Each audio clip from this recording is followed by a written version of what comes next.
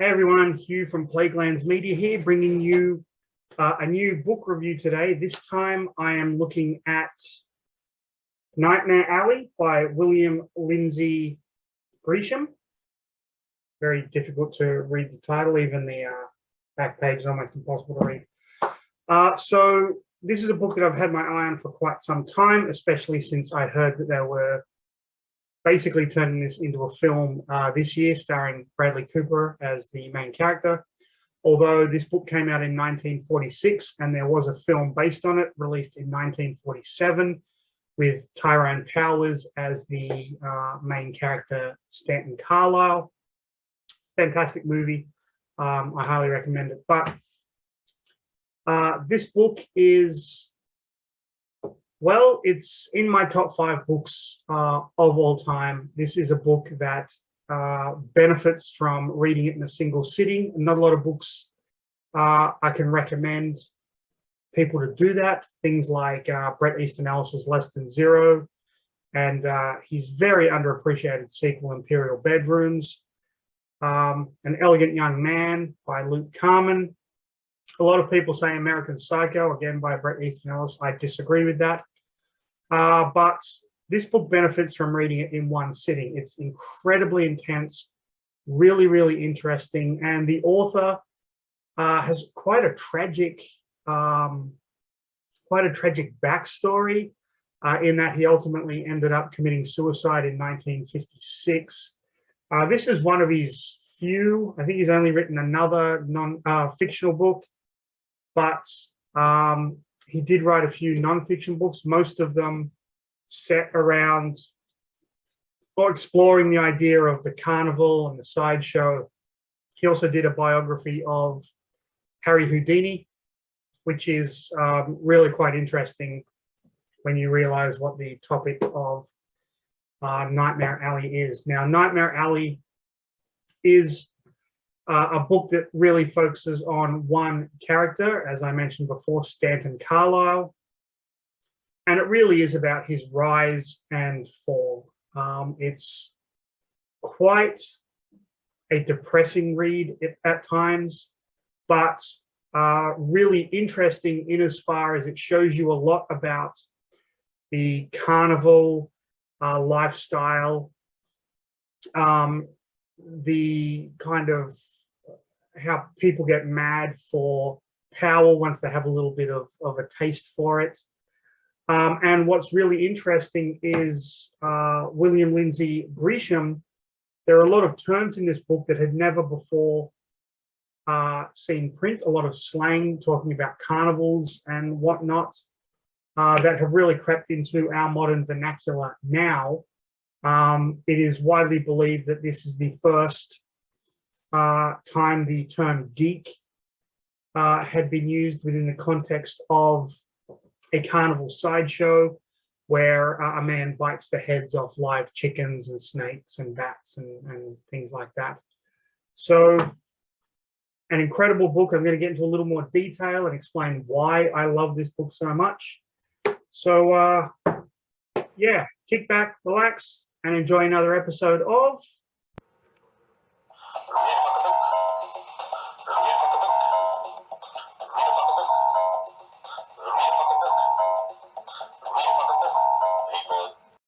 So before I get into the book, you might hear like a droning sound in the background. Hey, man's got to do the washing. It's just the clothes in the washing machine, but whatever. So as I said in the introduction, Nightmare Alley is really the rise and fall of one character, Stanton Carlyle, who works in a 10-in-1 show in a carnival that kind of travels around America. A 10-in-1 show is basically you pay your quarter or a dime or whatever the cover charge was at the time, and you go in and you see, you walk down through a tent and see 10 acts. And so he is working in this 10-in-1 show as a magician, sleight of hand, that kind of thing. You really get a sense from the beginning of the book that he's got the gift of the gab. He can kind of talk his way out of any situation. Now, it's really interesting to note that the chapters of this book all follow the major arcana of the tarot.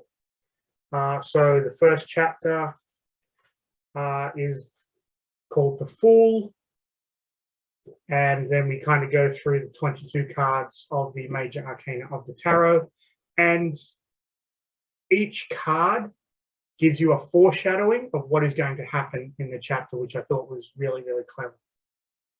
So the book starts with an explanation of the geek in the sideshow, where Stanton, he's a young man, is trying to ask the owner of the 10-in-1 show, how does a man fall so low as to become a geek? Is a geek born?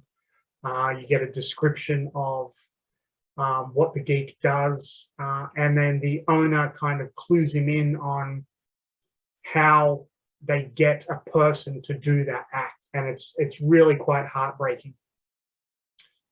And so we move along with Stanton. We're following kind of his journey. We do meet many of the other characters in this 10-in-1 show. We meet Bruno, who's the strong man, Major Mosquito, who is the little person, Xena, and her husband Pete, who run like a clairvoyant act, Molly, who is her act is she basically sits in an electric chair and they turn it on and the current runs through her. Of course, it's all jury-rigged and sleight of hand and things, but the audience, really doesn't fucking know that. Now, Stanton, at the beginning of the book, we're told that he actually is a virgin. And so Xena kind of seduces him, or he seduces her, because her husband, Pete, used to be a sideshow performer on vaudeville, lost confidence, started hitting the bottle, and now she kind of has taken over the act, and Pete really can't do anything. So Xena is the one that's kind of takes over, but her and Stanton kind of start having this sexual relationship. And then you realize that Stanton is actually using her to get Pete's notes, because he wants to start doing the act himself, and he wants to kind of get bigger and bigger and bigger. We know that the strongman Bruno is in love with Molly. There's all these kind of intricate little character details that you get. You find out a lot about Molly, where she came from.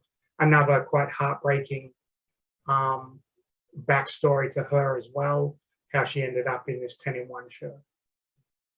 Ultimately, what ends up happening is Stanton gets too big for the show, takes Molly, and leaves to start his own act.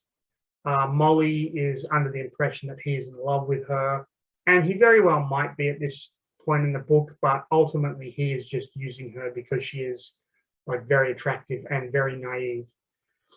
Stanton slowly becomes bigger and bigger and bigger as the novel goes on.